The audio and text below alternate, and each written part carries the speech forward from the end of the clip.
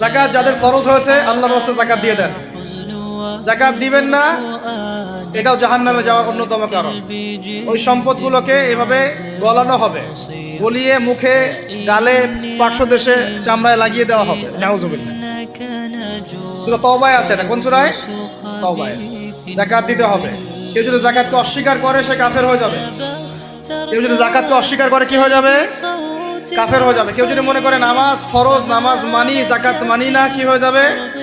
কাফের হয়ে যাবে। এখন আমার কথা হচ্ছে, ইসলামী অর্থনীতির মূল ভিত্তি হচ্ছে যাকাত। যাকাত যদি ঠিকঠাক মতো দিতেন, বাংলাদেশে একটা দরিদ্র মানুষও খুঁজে পাওয়া যাইত না। এটা গাল গল্প না, এটাই বাস্তবতা। কিন্তু আমরা সেটা বাস্তবায়ন করতে পারি নাই, পারছি না। আমার কথা শোনেন ভাই, বাংলাদেশে এমন অনেক মানুষ আছে, হাজার হাজার, যাদের যাকাত যদি আপনি কালেক্ট করতে পারেন, সমাজে একটা দরিদ্র মানুষ খুঁজে পাওয়া যাবে না।